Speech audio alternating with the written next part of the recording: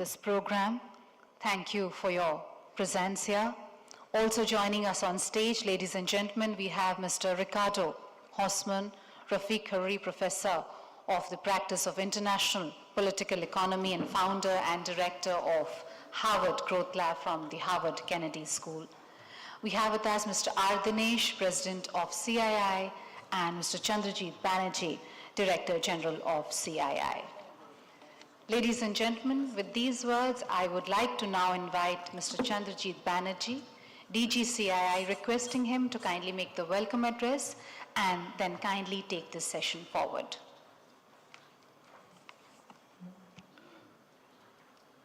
The Honourable Minister for Finance and Corporate Affairs of the Government of India, Srimati Nirmala Sitharaman ji, Dr. Ricardo Hausmann, the founder and director of Harvard Growth Lab, Harvard Kennedy School of the Harvard University, President of CII, Mr. Dinesh, Excellencies, very, very distinguished participants from across the world, distinguished guests, ladies and gentlemen.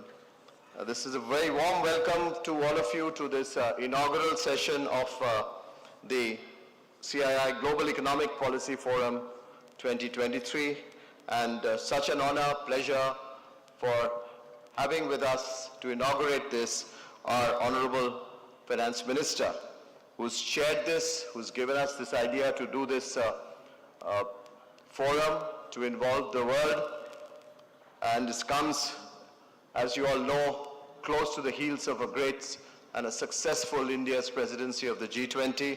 And I just wanted to start by very specially and warmly welcoming our Honorable Minister to our midst, and also to congratulate her for her phenomenal and astute management of the macroeconomic management, if one can say, which has resulted in a strong set of GDP growth numbers for the second quarters, which has exceeded the market expectations, and all of us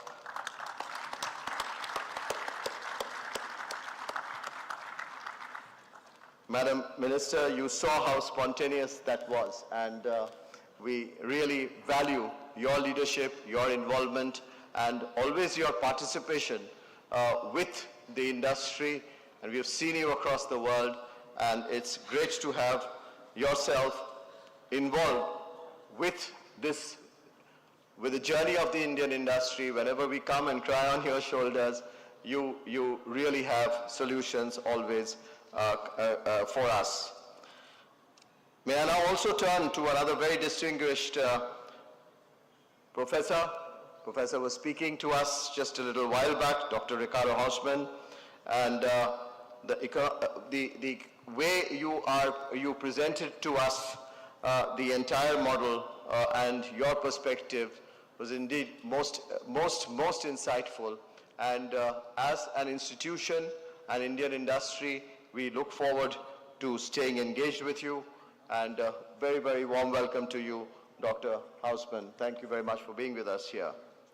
On behalf of CII, I'd also like to really take this opportunity to welcome each one of you to this very, very important forum. As you all see, the response that we have received is unbelievably and very, very strong. And while we have 6 different tracks that we are going to discuss over today and tomorrow, and as our theme sums it up, with the 6 tracks would really be on the economic growth, global cooperation, digital transformation, climate action, inspiration from India, and gender parity. And we have, besides, of course, Indian industry, global industry, think tanks, academia, policymakers, all involved in this process over today and tomorrow. We'll have more than 60 policymakers, including global experts from across. So we really look forward to a very, very exciting today and tomorrow, and look forward very strongly to the inaugural session and our Honorable Finance Minister's address. With that, I'd like to once again welcome each one of you to this conclave and to request you to participate most enthusiastically. Thank you, ladies and gentlemen.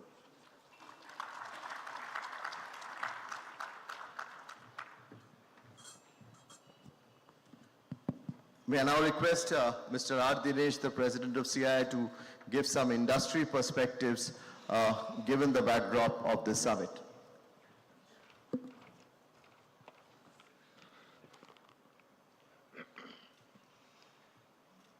Honorable Finance Minister, Professor, CB, dignitaries, ladies and gentlemen. Let me add my very warm welcome to all of you for the inaugural session of the CII Global Economic Policy Forum 2023. It is my privilege, Madam, to welcome you for the inaugural session, and it is befitting that you are joining us today, as this unique forum is going to serve as a platform for thought-provoking discussions on making sure that we are able to solve or resolve in the best manner possible the contemporary global economic challenges which we all face. We are aware of your passion and how you have championed the Indian industry's economic agenda, and we thank you for that encouragement and leadership. We are indeed grateful that you have consented to chair this forum, and we look forward that under your leadership to scale up this forum to become the voice of the Global South going forward as well. We know that you are coming out of Parliament today, so once again, a very special thanks for joining us and really appreciate that. I think in the B20, we managed to, I would call it, create a roadmap for many of the points which can become the bedrock for a building consensus with developing and developed nations. As we look at satisfying the basic requirements, we then believe that what are the best solutions which can be built, whether it is for health, education, or the economic agenda for equitable growth. And here, digitization, in which India has shown significant leadership, can become one of the core requirements or one of the core bedrock on which this can be built going forward.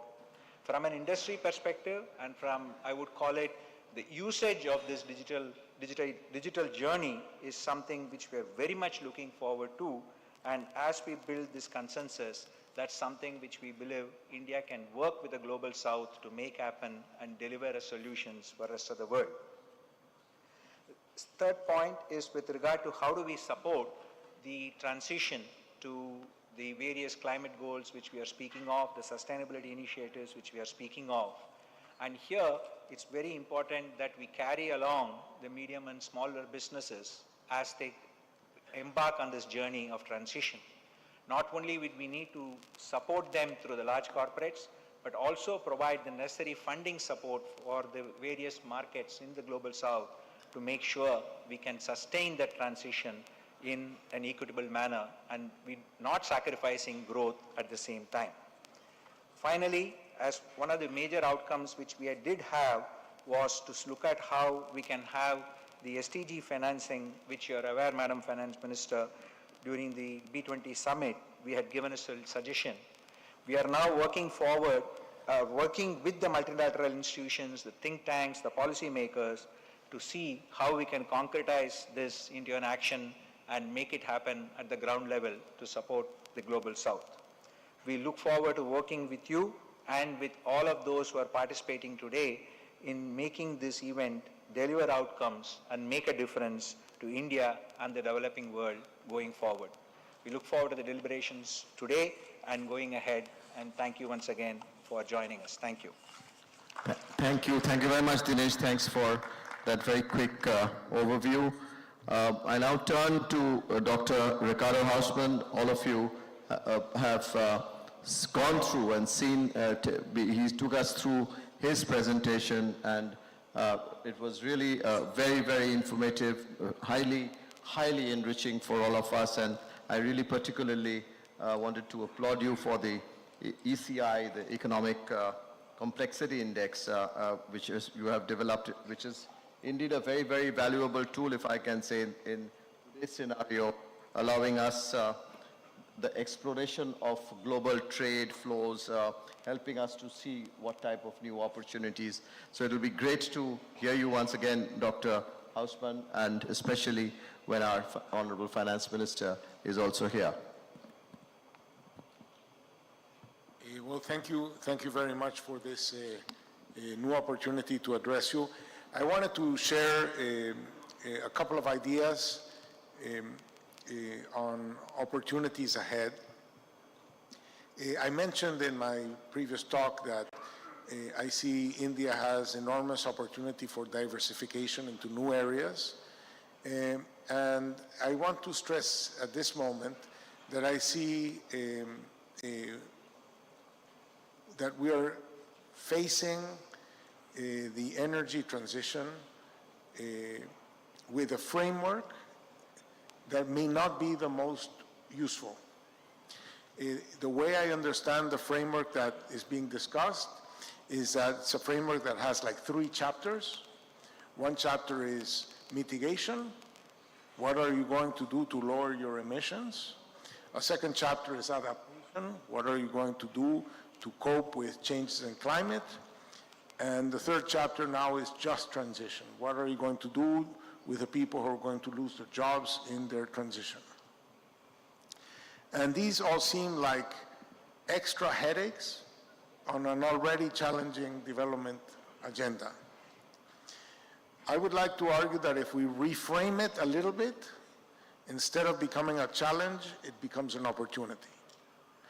And the way to do it is by noticing that we are right now thinking that if the world needs to lower its emissions, that means that every country needs to lower its emissions, every city needs to lower its emissions, every company needs to lower its emissions, and that we're all looking at ourselves, how is it that we are lowering our emissions? But there's a fallacy of composition here, because for the world to lower its emissions, the world is going to need many things, right? It will need to electrify everything that can be electrified. It will need to make that electricity in clean ways. And then to do that, it will need solar panels, it will need electric vehicles, it will need batteries, it will need to change the electrical system. It will need a lot of things, right? It will need green steel, it will need, right, green ammonia, whatever. So it will need a lot of stuff. Who's going to produce that? Who is going to produce the things that a decarbonizing world will demand? Presumably, if the decarbonization agenda is taken strongly, those things are going to be in rapidly increasing demand. And you want to be on the supply side of those things. Okay, so President Kennedy, whose my school is named after, famously said, ask not what your country can do for you, ask what you can do for your country. I'm going to paraphrase him and says, ask not what you can do to decarbonize yourself, ask what you can do to decarbonize the world. Okay, because in that task of decarbonizing the world is your growth opportunity, it's your growth agenda. And I would like to mention 2 chapters here. One chapter is these enablers I've been mentioning, solar panels, all this list of products. But a second chapter I think is very important and has not been adequately stressed. And that is that oil is exquisitely dense from an energy point of view. A kilogram of oil, a liter of oil packs an enormous amount of energy. And as a consequence, oil and oil products are incredibly cheap to transport, incredibly cheap. I was looking at the destination of Indian oil product exports, refined product exports. India exports to Germany, to Belgium, to the US, to Togo, to South Africa. Means you can transport it enormously. You don't lose competitiveness by being far away. Green energy is incredibly expensive to transport. Incredibly expensive. You can generate in a good place with good sun a megawatt hour of electricity at $20 or less. That's equivalent to $30 a barrel of oil equivalent. So we can generate solar energy at less than half the price of a barrel of oil. If you want to convert that solar energy into hydrogen, it will cost you $220 a barrel of oil equivalent.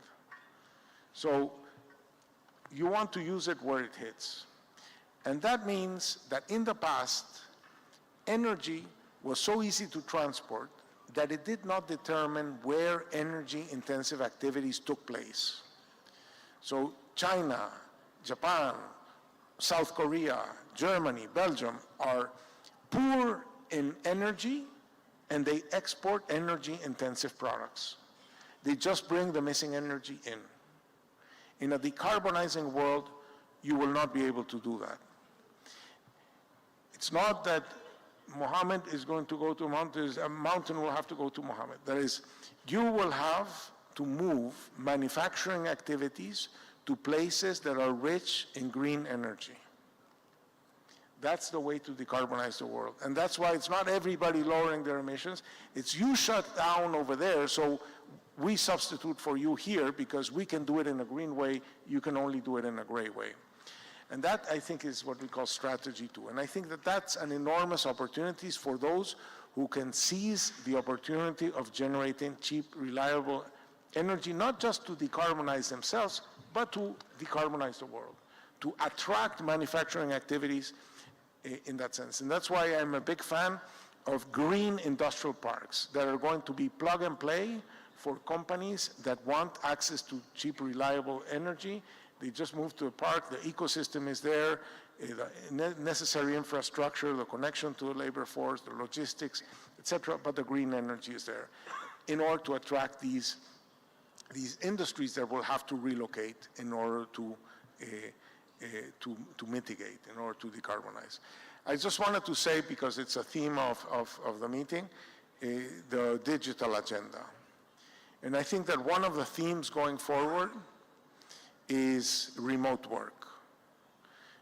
We have, I mean, the cost of going to work in developing countries is enormous relative to the daily wage, the time it takes to get to work, the cost it takes to get to work. With COVID, we learned that things that we used to do in the office can be done from home. And then we learned that things that can be done from home can be done from anywhere. This is an opportunity to incorporate the increasing skilled supply of Indian willingness to work that is located all across the geography to connect them to work digitally. And I think this can expand enormously the access of companies to talent, and it can make growth more inclusive. It's particularly important in a gender theme because the opportunity cost of mothers spending 2 hours going to work and 2 hours coming back is just enormous and a huge disincentive. And it would be a great opportunity to formalize work by taking out one thing that has been an amazing tax on labor, which is commute costs, direct and indirect commute costs, which hurt women particularly more strongly. So, and traps them in the language of the previous lecture and making one-letter words because they cannot participate in organizations that can mix letters. So I think the digital agenda has this potential. I'm emphasizing remote work, and I'm emphasizing the gender component and the inclusive aspects of remote work. Let me stop there. Thank you very much, Dr. Osman, for your remarks and for really bringing out a very, very important perspective. Ladies and gentlemen, when I was welcoming and really putting in our bit of appreciation for our Honorable Finance Minister, we saw that I got, if I may say, a little interrupted by very spontaneous applause. One could have gone on for a few minutes actually to talk about how she has steered the economy, how she has really put India into a spot which is today so very sought after, and people do see India as such a favored destination. The economic management, the macroeconomic fundamentals, and also some of the huge policy changes that one has seen. And with that, I'd like to really request all of us to join me in applauding and requesting the Finance Minister now to give the inaugural address for this Economic Policy Forum.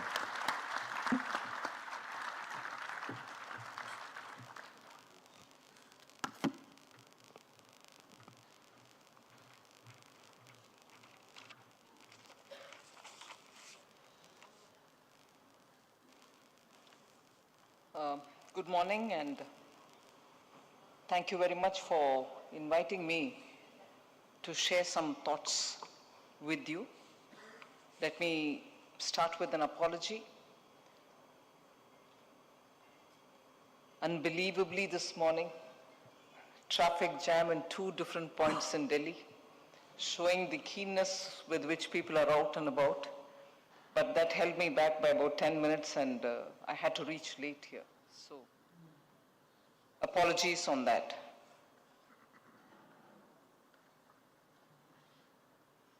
I will start by congratulating the CII for having initiated a process which was generally talked about for some time, but which was the need of the hour. Particularly after the G20 India presidency, I think it's just the right thing to do, and the thing which is so needed now, because if the emerging market countries, EMEs, emerging market economies, are going to be the growth engine, and the learnings from the G20 India presidency all indicate towards the need for greater discussion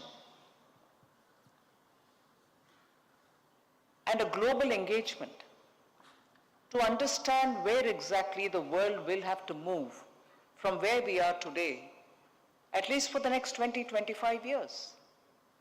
Each country can have its own agenda, its own traction of its strength, and also the challenges that it has to face can all be specific to countries.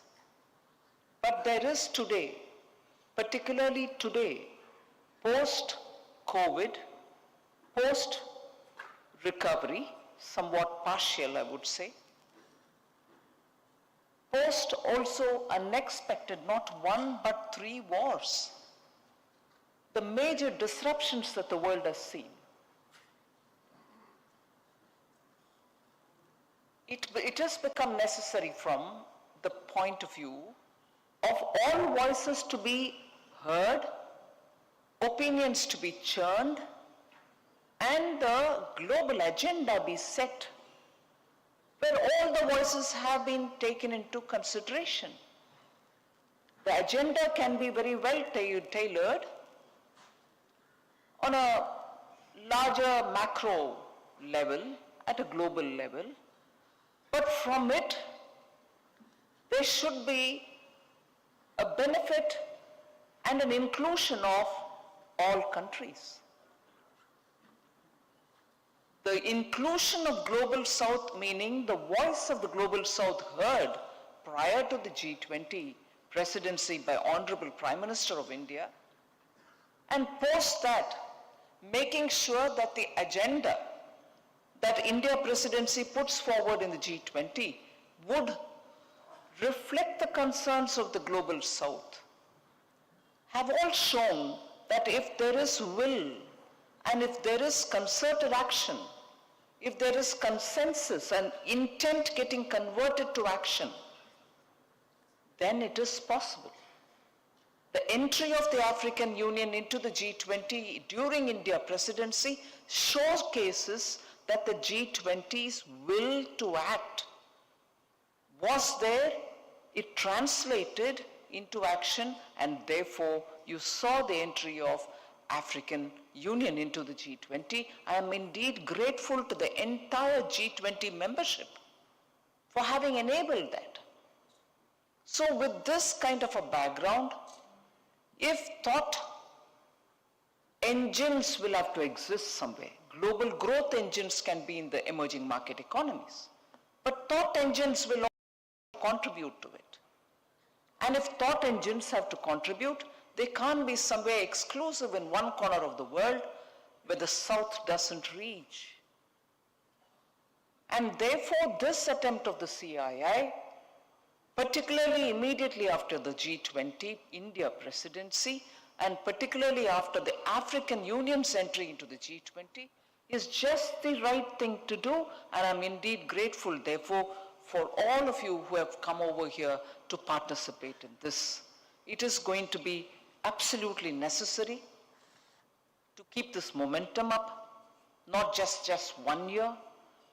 For the next few years, we have to persist on this job of putting forward the concerns of the global South in both the development and development-related actions, and also in those actions which are going to be global, but which will have a bearing on all of us, top of the agenda being climate action.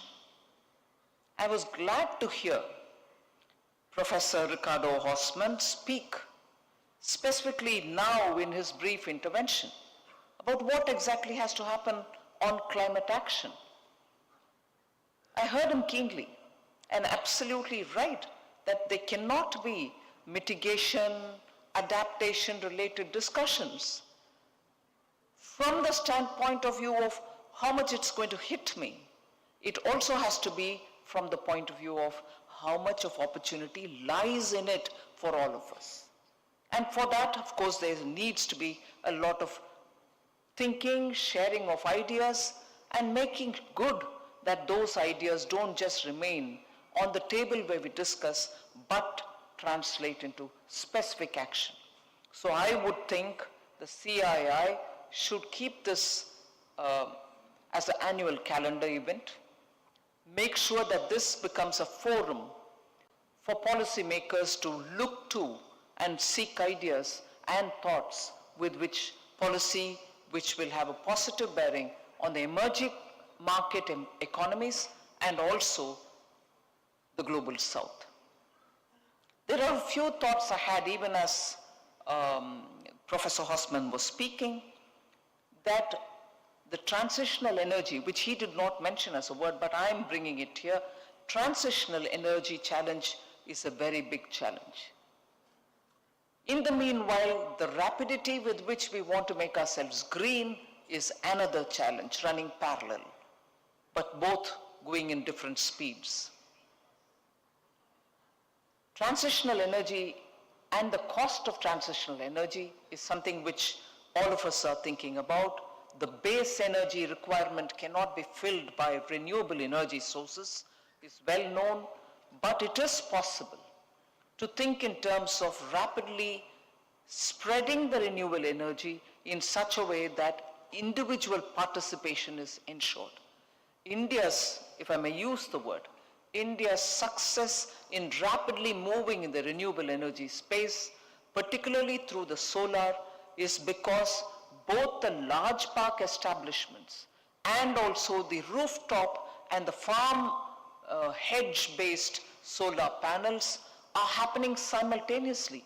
We are not just dedicating large stretches of land, barren land, desert land, to become the solar hubs. We are equally looking at small holdings of farmland which can have in their boundaries solar panels. Small households have solar panels on their rooftop with the assurance given to them that over and above what they consume, the rest can go to the grid and they will receive payments for it. So there has been a lot of thought going into India's solar and renewable energy execution, fulfilling our norms, nationally determined criteria, conditions, and also moving from one COP to another. The achievements of India in the renewable energy space is because we are making it inclusive. Development has to be inclusive, but the contribution towards these milestones will also have to be inclusive. Only then people realize that these are not things happening beyond them and that they have nothing to do with it. When they contribute to it, they also see the value that it brings to them as individuals and also as a society. One of the thought which Honorable Prime Minister Modi has also been talking to a lot of countries about in the context of International Solar Alliance is, can the world not be linked with grids running across countries and eventually touching every part of the world which will have sunshine 24/7. In the sense, there's always days somewhere when there is night elsewhere. So there should be a global connective grid system operating so that from somewhere there is solar energy getting onto the grid which keeps flowing where it is required. So life can become easier. The International Solar Alliance's approach to have a global grid connectivity, about which I'm glad I have had conversation with Ajay Banga, the World Bank president, to see if that can be done in parts so that eventually we are able to link it all up. Similarly, I also have an appreciation, sense of appreciation. And I would think this is worth moving forward also, the Global Biofuel Alliance. Biofuel is within the realm of every country. You have your own sources of biofuel. You can do it yourselves. And I'm happy to say, when I was the defense minister, we even tried out using aviation fuel, which had a component of biofuel in it, and it was very big a success. Defense establishments were happy to see that biofuel can become effective fuel for particularly the aircrafts. So there are little but significant innovations happening, and I think we should move in that direction.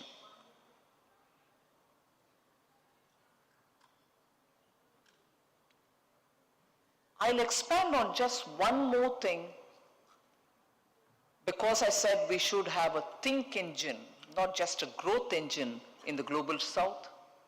Think engine also reflecting the concerns and achievements of the emerging market economies, because it is the various innovative ways with which the emerging markets that have attempted to keep the economy buoyant post the COVID, which have made them stand out as real triggers of growth post-COVID.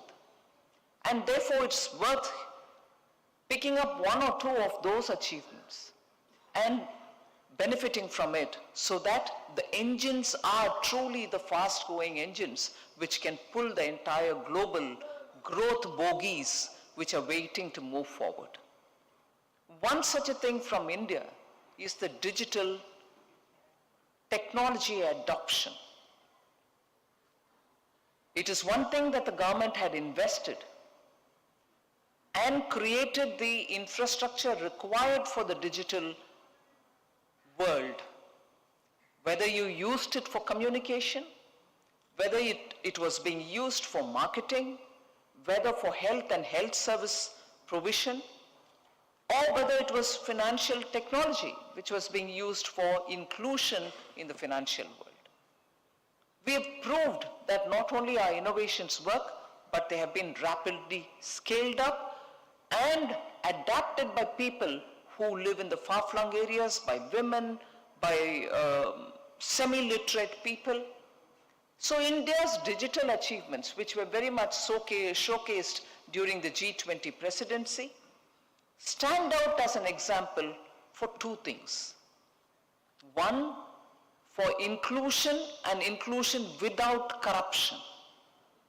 Because many of the emerging market worlds, that's not to say that developed countries are free of corruption in total, but emerging market and also global south need such technology-driven instruments to make their economies transparent, to be well-governed, and to make sure everybody benefits from governance.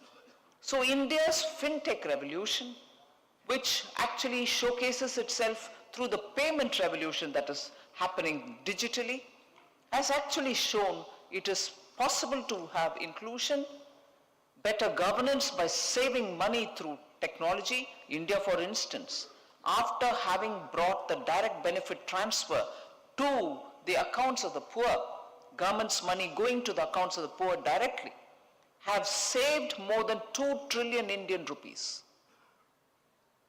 2 lakh crores of Indian rupees has been saved because no more spurious recipient of these benefits. So that makes a difference to your governance itself, brings transparency to the system, and the ultimate beneficiary gets the total amount which is due to him and no pilferages happen. So if this is one side of the story, the other is the common citizen who's well away from the governance headquarters realizes that that very instrument which gives him the benefits also gives him the access to the global market. The way in which Prime Minister Modi has been pushing vocal for local, meaning be vocal about the local products, has made sure that India's poor artisans who stay in the backwaters of the hinterland are today able to make access to the global market. And just around Deepavali, which is a big festival for India, their sales have touched about 1.5 lakh crores. So it's no longer small 1,000 rupees or 10,000 rupees. The cumulative effect of technology reaching your doorsteps, adapted by common people because it's simpler to use, it can be used in any instrument, you don't need to have a smartphone, and if the language is in the language of the user, and India, I'm sure you are aware, has more than 22 languages officially declared as languages active in use. There are very many more dialects as well. So when people are able to use it in their hands, inclusion is achieved. I've been in the policy world for some time, not just as a minister, but even before that. This word inclusion has been on for a very long time. But today, India can stand before you with its head held high, saying how inclusion was brought in just by sheer nudge. The Prime Minister could stand up and speak in his first address from Red Fort, saying those who are receiving subsidy for cooking gas, who don't deserve to get it, who are well above the poverty level, would they please give it up? And they did. More than 1 crore people gave it up. But that was immediately transferred to the poorest of the poor. Technology, similarly, just a nudge, small incentives have been adapted.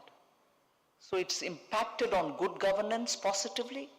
It has brought in inclusion, and all the sloganeering about inclusion did not have such results.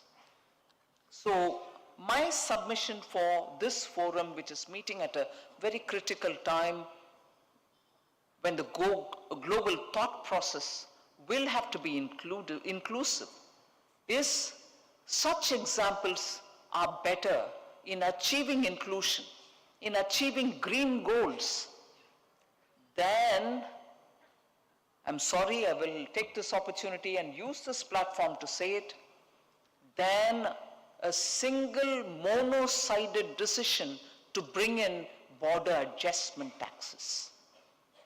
I want to make my industry green, so I will impose on you a certain tax because you're coming up with non-green products, and with that money, I will make my industry green. The border adjustment tax logic just goes against the concern of the South, the global South.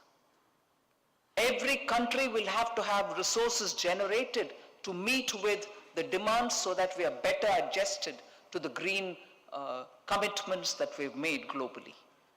But cross-border imposition and that money going towards somebody else's green agenda, if anything, if I don't sound extreme and if you will indulge me for a minute, is not moral at all. Lastly, whether it is climate, I understand you have 6 sessions. Very good concerns have been picked up, economic growth on which all of us are speaking. You need to have technology, you need to have innovative ways of funding your own growth. You need to make sure that you've identified sections which need that kind of help. In a recent discussion, Honorable Prime Minister openly said, for a complex and very diverse country like India, he said, look, I look at only 4 different sections of India's society. And many of you, I can see in the audience, who are not from India, you must have heard about very many divisions which are natural. They have their strength, they have their weakness, but they have been effectively used by forces who do not want India to move fast on the growth track to speak against, whether it is caste, whether it is regional differences, whether it is linguistic division, or whether it is even religious differences. Things don't help if you divide using any of these. So the Honorable Prime Minister has given, and I'm saying this today because it is necessary for us to understand that every aspect of India's growth will have to be addressed, and that is what is making delivery possible to the last person who's waiting there saying, I need some help from the government. And therefore, from the point of view of Prime Minister Modi, it was only the poorest of the poor as one group who needs immediate attention for all kinds of governmental support.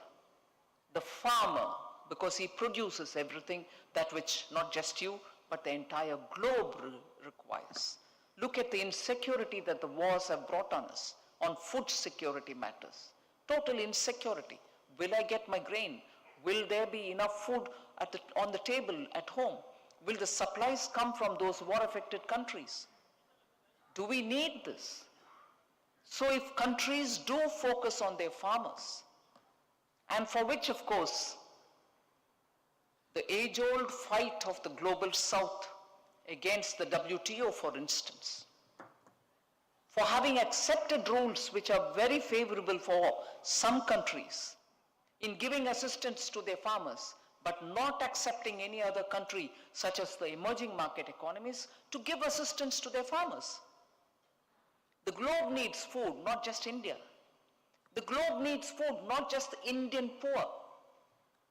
And if only these restrictions were not on India, we would have served the world with adequate food grains, and I'm sure many other emerging markets would have also done. These are the things on which global interaction like this will have to address.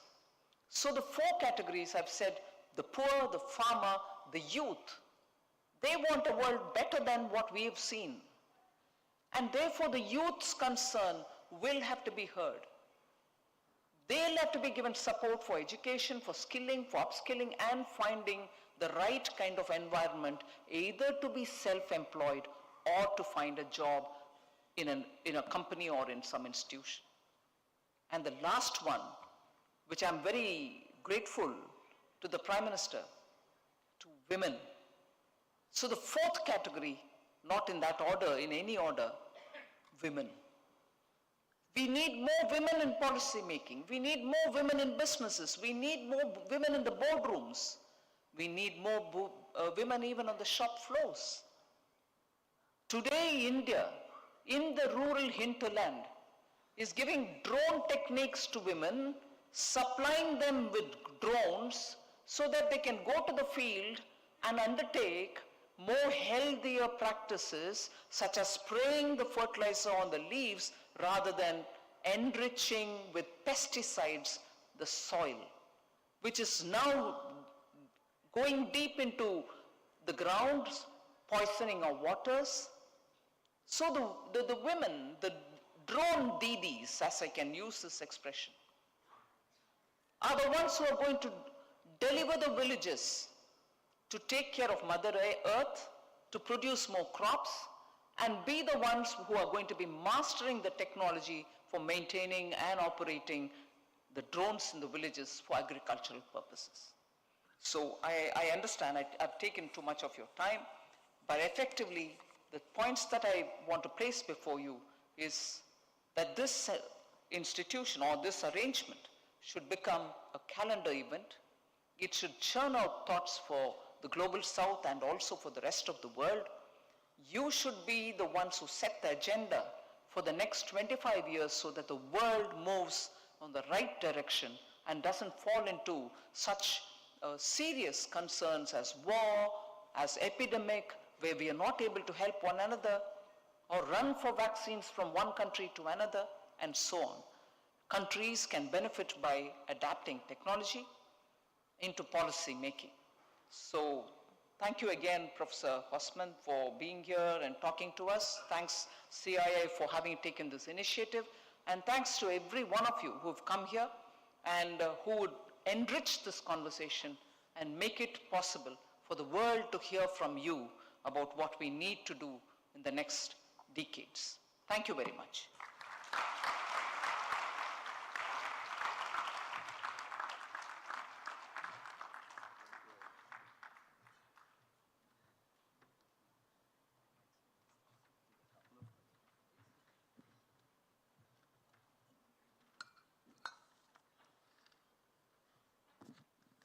Thank you very, very much, Honorable Finance Minister, for this outstanding address, if I may say, practical yet comprehensive, informative, thought-provoking, wide-ranging, strong, and very strong and direct messages. And I think that's the way you are, and that's the way you have led the inaugural of this very, very critical forum. I dare not to really sum up at this point in time what you said, but we'll open it up for a few questions which the Honorable Finance Minister has kindly agreed to take. And I just wanted to touch upon a point which Professor raised, Dr. Hosman raised, about the productivity and our human capital, which you spoke about, Dr. Hosman, and I'd like to really, once again, ask the Finance Minister, actually. I've heard her many times focus on health, education, outcomes, and you have really addressed that so very much in your policies. So maybe would you like to allude to that, Madam Finance Minister, to this global audience?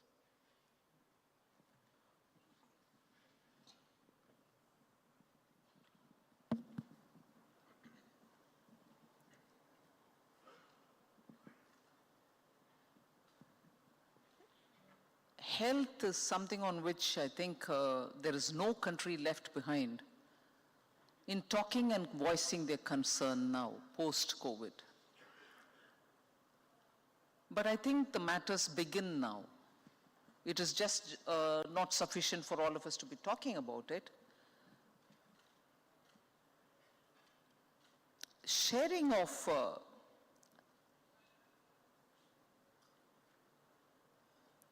medicines, vaccines, establishing capacities to produce medicines so that preventive care is given priority, and having a fairly flexible policy so that the capacities are created first and then each country can look at how they can have a larger national angle to things. I've started in a very ambiguous way to answer this question, but what I'm trying to say is very few countries today have mastered pharmaceutical, let's say the entire cornucopia, and produce enough generic drugs which are cost effective, are not obsessed with the brand image of each of them, and who can actually be ready to share this with countries which do not have them, and above all, continue to maintain that supply till such a time the countries can have their own capacities. In my time as Commerce Minister, I remember literally speaking for the Indian pharmaceutical generic drug manufacturers so that they can establish units in countries which don't have access to generic medicines. There was a different mindset then. Will it be our own, or is it going to be Indian? Will the Indian come here and make the profit, and so on? But I think post-COVID, minds have opened up. We need to have sharing of knowledge, establishing of more centers which produce affordable medicine all over the world.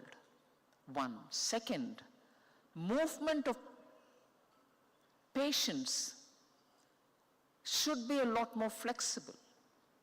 India is quite open about receiving patients who come from Global South, and we would want to help them with affordable medical treatments. So that is open for India, and equally, many hospitals, the big corporate hospitals from India, are today willing to establish centers in countries which so need them. We are happy to open up and assist from the government with policies which will help them to do that.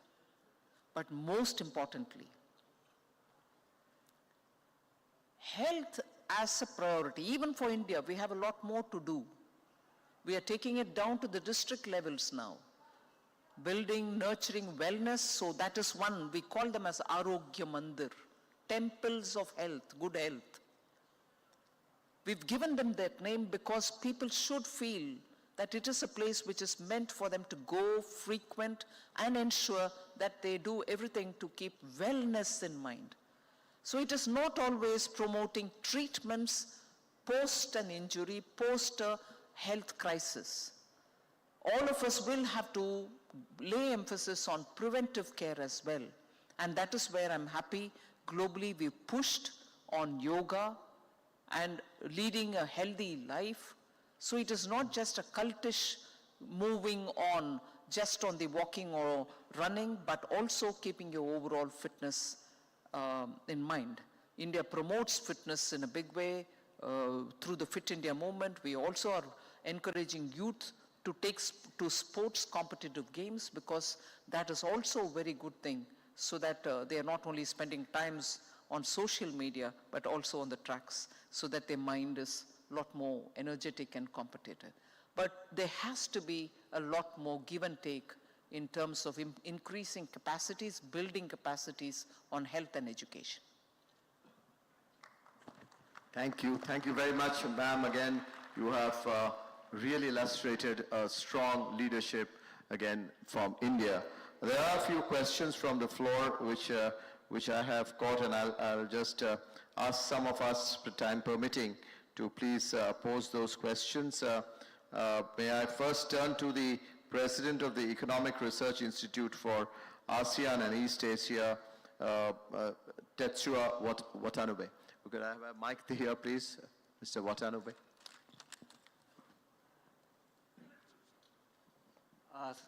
Thank you, Excellency, for the opportunity. G20 presidency in India has been very successful in bringing the attention of global South agenda to the other part of the world. Do you have any message to developed countries like Japan, how they can contribute the global South in formulating a new world economic order? Thank you. I'm indeed grateful that you've asked this question. I think the global economic order will have to be reshaped, will have to be rewritten, and certainly when countries like Japan move forward on that, that itself gives it a great heft. So I'm indeed grateful that you've come up with that question. There's just a lot that when Japan works together with other countries, that can be achieved. Because you have come out of your post-Second World War situation with such immense grit and sheer perfection with which you built up your society. That can be lesson for very many countries who are just making it up now. I think as regards global partnership, it will be just right for Japan to work together with countries, for instance, in technology-related large projects which can be done, for developmental goals to be reached by countries which are in the global south. You can partner with countries which are resource-rich so that you can help them to value add for those resources. You can partner with countries like India which have human capacities, meaning human resources which are so technically qualified, which have experience in conducting major projects outside. You can work together with them and take the message forward and also launch major initiatives in countries, let us say in Africa, in South Asia, and also in the Pacific Islands. The island communities are also those which need help. So Japan, with its historic, scientific, and technology masterclass, can initiate together with countries which either have major resource deposits or which are agriculturally product rich, and take them forward to the rest of the world. So I'll invite Japanese participation for the sense of discipline that you bring in, for the professionalism that you bring in, and also the worldview you hold. I think it'll be a great step forward in making the world better. Thank you. May I now turn to one of our High Commissioners present here, High Commissioner Wong, Singapore. The mic's there, just on to your left, High Commissioner. Thank you. Good afternoon, Honorable Finance Minister. India has come out of COVID sprinting, and with a very, very successful G20 presidency and a very successful B20 meetings. This year alone, Singapore, I have received nearly 100 business delegation, both Singaporean or businesses based in Singapore. Invariably, the buzzword that they have talking amongst ourselves is upscaling of investments in India. With so many poly challenges around the world, India is seen as one of the, if not the biggest bright spot in the world. Many of them have posed the question to me to say, in 2 months' time, in the next budget session in India, will Honorable Finance Minister announce a supercharged budget? I know this question may move markets, but we would like to hear from you so that they can prepare to do the Natu dance after your presentation. Thank you very much.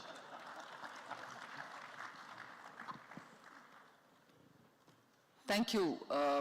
And coming from Singapore, I understand the strength with which this thought has been put through as a question.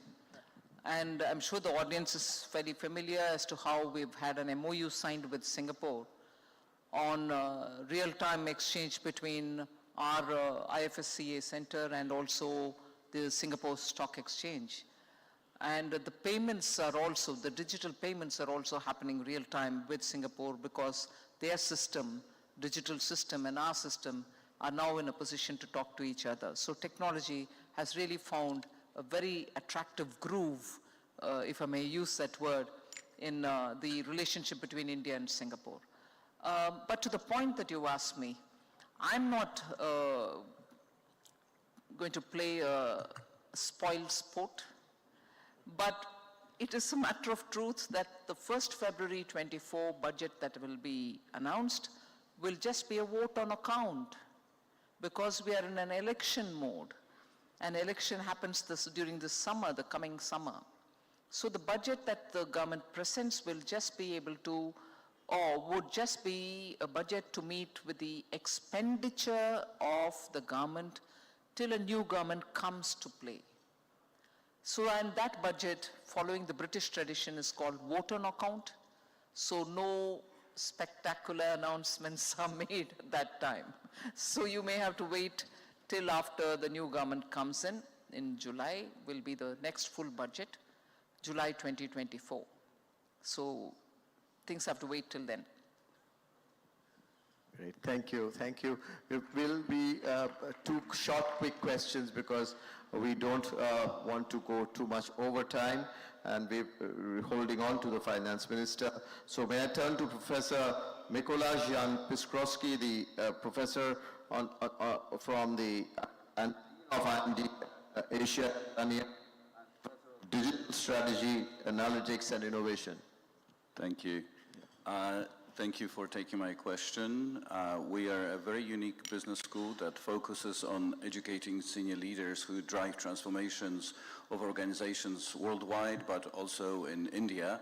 And congratulations for helping drive the growth of the Indian economy, and congratulations on the impact that digital transformation has had on this huge growth. Being a professor of digital strategy, of course, this is very dear to my heart. My question to you is, what would you recommend to senior leaders, CEOs, CXOs in Indian companies to do in order to accelerate digital transformation, the use of AI, which will then subsequently drive growth throughout the Indian economy?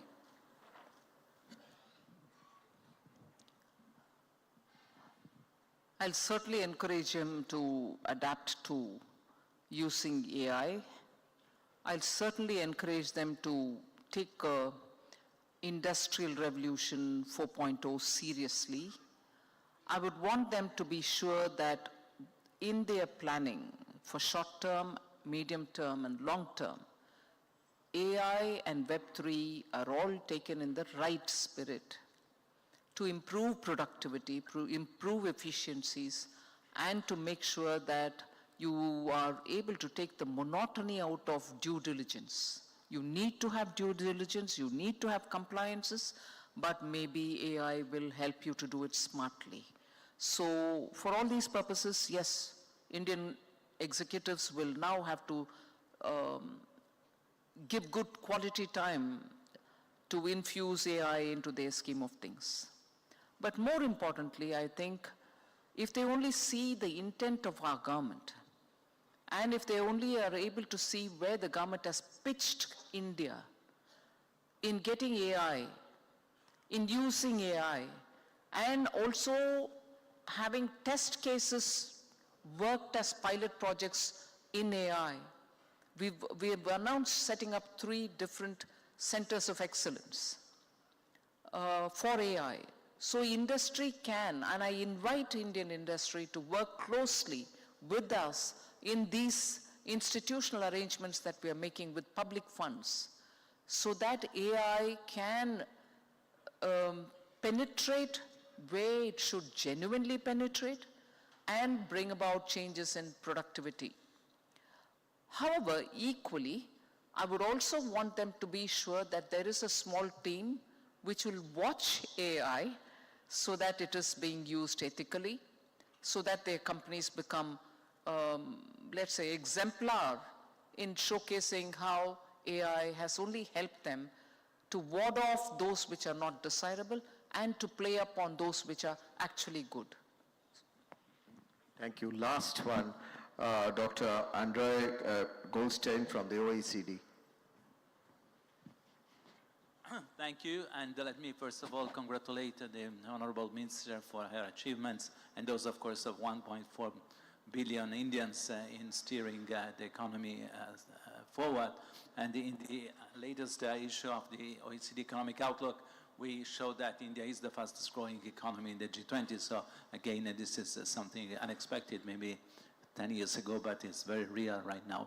Now, my question has to do with women. Actually, as you can see here in the cover page, we have women. And from your perspective as a finance minister, And what do you think that more can be done in terms of improving the situation of women in the workforce in India in particular, of course, in terms of outlays, but also in terms of the tax system? Outlays and taxation, we've always had one little additional benefit for women. That's been there irrespective of governments. But now we've also given them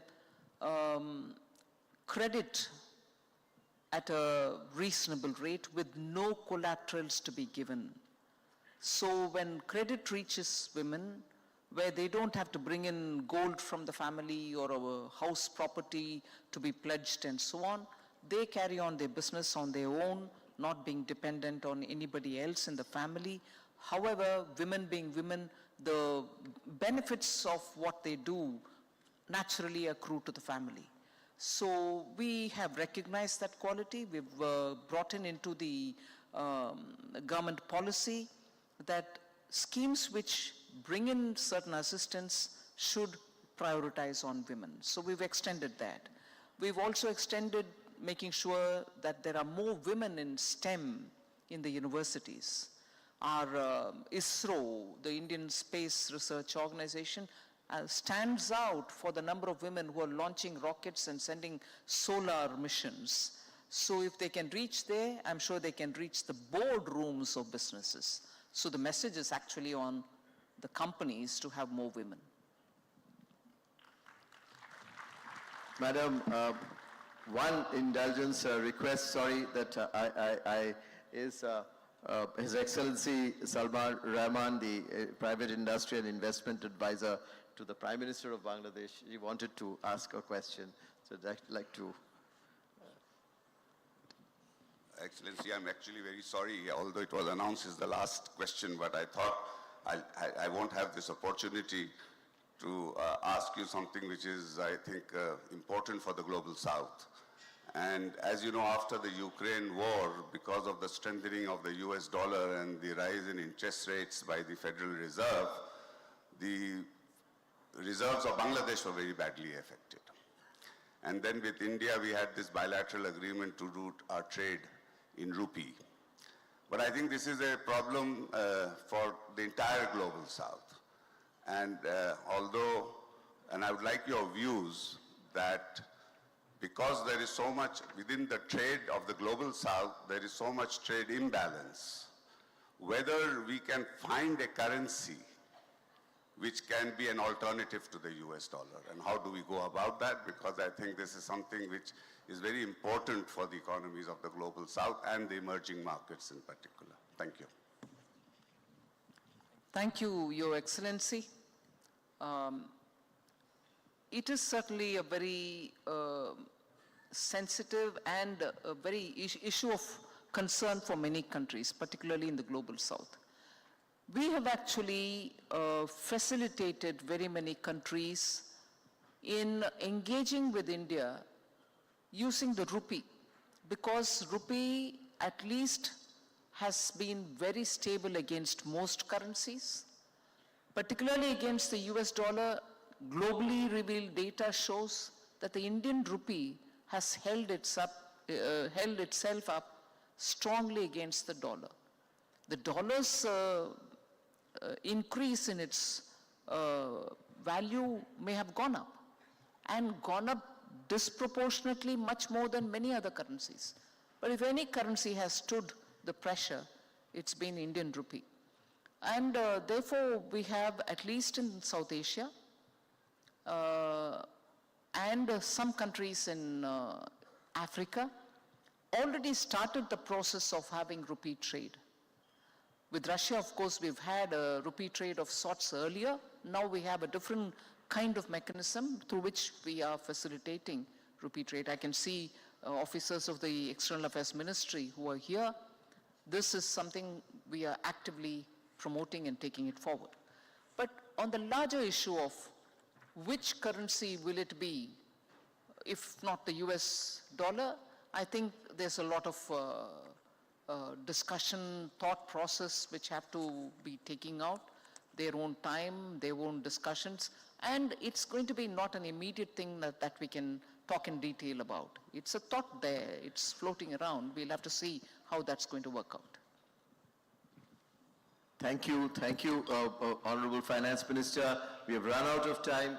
While she said that she was apologetic for coming 10 minutes late, we have to apologize to her for delaying her by another 10 more minutes. And we know the pressure of your time. So, ladies and gentlemen, please join me in thanking the Honorable Finance Minister warmly. Ladies and gentlemen, we now have the MOU signing between CII and Harvard Growth Lab in the presence of Honorable FM. So may I please request Mr. Chandrajit Banerjee and Mr. Ricardo Horstman to kindly come forward for the signing of the MOU.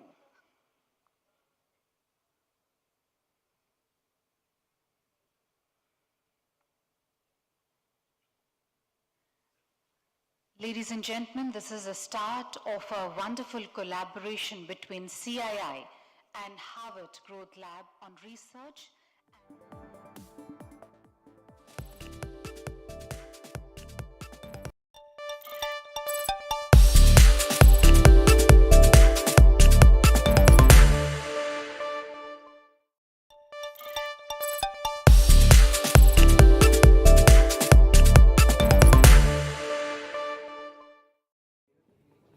Suzlon shares have rallied over 200